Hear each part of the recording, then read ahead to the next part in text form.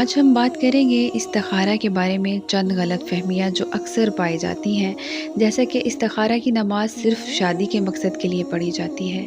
استخارہ صرف بڑے بڑے فیصلوں کے لیے کرنا چاہیے۔ استخارہ کا جواب خواب کی صورت میں آتا ہے، یا پھر استخارہ کا جواب کسی نشانی کی صورت میں آتا ہے، جیسا کہ کسی کالی بلی کا راستے میں آ جانا اور یا کسی حادثے کا ہو جانا۔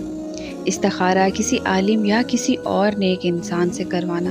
استخارہ صرف شادی کے مقصد کے لیے نہیں ہے، بلکہ استخارہ ہر اس اہم فیصلے کے لیے ہے جس میں آپ الجھن کا شکار ہیں۔ استخارہ ہر اس کام کے لیے ہے جس میں آپ اللہ کی مدد چاہتے ہیں۔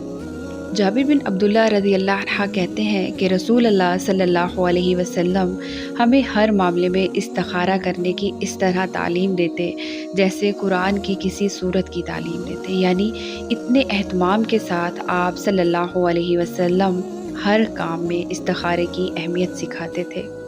استخارہ کا جواب خواب میں آئے یا نہ آئے یہ ضروری نہیں، اور نہ ہی یہ بات سنت سے ثابت ہوتی ہے۔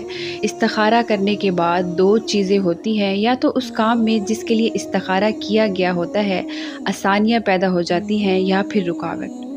نبی صلی اللہ علیہ وسلم کی وفات پر جب دو قبر بنانے والوں کے درمیان صحابہ کرام فیصلہ نہ کر پائے، تب انہوں نے استخارہ کیا اور کہا کہ پہلے جو آدمی آ گیا وہی قبر بنائے گا، اور جو نہ آیا اسے چھوڑ دیں گے۔ یعنی انہوں نے کسی خواب کا انتظار نہیں کیا، بلکہ انہوں نے اللہ پہ چھوڑ دیا کہ اللہ جسے پہلے بھیج دے، سو جو پہلے آ گیا اس نے قبر تیار کر دی۔ چونکہ اس حوالے سے کوئی بھی صحیح حدیث موجود نہیں ہے جس میں رسول اللہ صلی اللہ علیہ وسلم نے صحابہ کرام رضی اللہ عنہ سے یہ فرمایا ہو کہ وہ ایک دوسرے سے استخارہ کروا سکتے ہیں، اس لیے ہمیں بھی چاہیے کہ ہم خود استخارہ کریں۔ اور دوسری اہم بات یہ ہے کہ نماز آپ کو اپنے لیے خود پڑھنی پڑتی ہے، کوئی دوسرا آپ کے حصے کی نماز نہیں پڑھ سکتا۔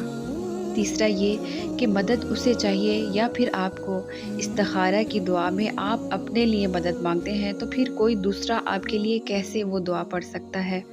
جیسے باقی نمازیں پڑھی جاتی ہیں ویسے ہی بالکل استخارہ کی نماز پڑھنی ہوتی ہے۔ اس لیے استخارہ کی نماز پڑھتے ہی سونا نہیں ہے۔ اگر ویسے ہی نیند آ رہی ہے تو ضرور سوئیں، لیکن اس نیت سے نہیں سونا کہ استخارے کا جواب خواب میں آ جائے گا، کیونکہ یہ بدعت ہے، سنت کا حصہ نہیں ہے۔ استخارہ کی نماز بالکل فرض نماز کی طرح ہوتی ہے، بس 2 رکعت نفل کے بعد آخر میں آپ نے دعا مانگتے ہوئے استخارہ کی دعا پڑھنی ہوتی ہے۔ اس کے علاوہ اس نماز میں کچھ بھی زائد ایڈ نہیں کرنا ہوتا۔ استخارہ کی نماز پڑھنے کا کوئی بھی خاص وقت نہیں ہے، آپ جس وقت چاہیں اس نماز کو ادا کر سکتے ہیں، سوائے ان اوقات کے جن اوقات میں نماز پڑھنا مکروہ ہے۔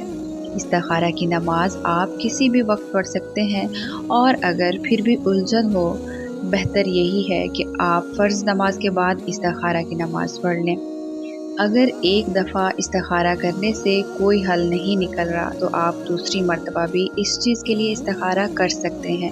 آپ جب تک چاہیں استخارہ کر سکتے ہیں۔ حلال اور حرام دونوں اللہ رب العزت نے قرآن میں ہمیں پہلے ہی بتا دیے ہیں، اس لیے ہم نے یہ نہیں کرنا کہ میں استخارہ کر کے دیکھتی ہوں کہ مجھے پردہ کرنا چاہیے یا نہیں، مجھے نماز پڑھنی چاہیے یا نہیں۔ اب ہم بات کریں گے استخارہ کرتے کیسے ہیں۔ سب سے پہلے آپ نے اس کام کا ارادہ کرنا ہے جو کام آپ کرنا چاہتے ہیں، پھر وہ شادی کرنا ہو یا نئی گاڑی خریدنا ہو یا کہیں انویسٹ کرنا ہو یا کہیں ایڈمیشن لینا ہو، کوئی سا بھی کام ہو۔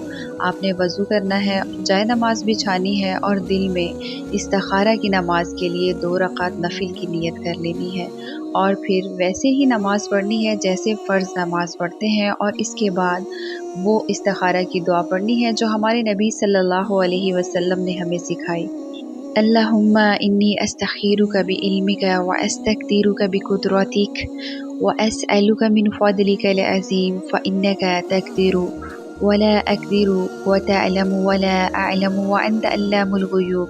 اللہم ان كنت تعلم ان هذا الامر خیر لی فی دینی ومعاشی وعاقبۃ امری فاقدره لی ویسره لی ثم بارک لی فیہ، وإن كنت تعلم أن هذا الأمر شر لي في ديني ومعاشي وعاقبة أمري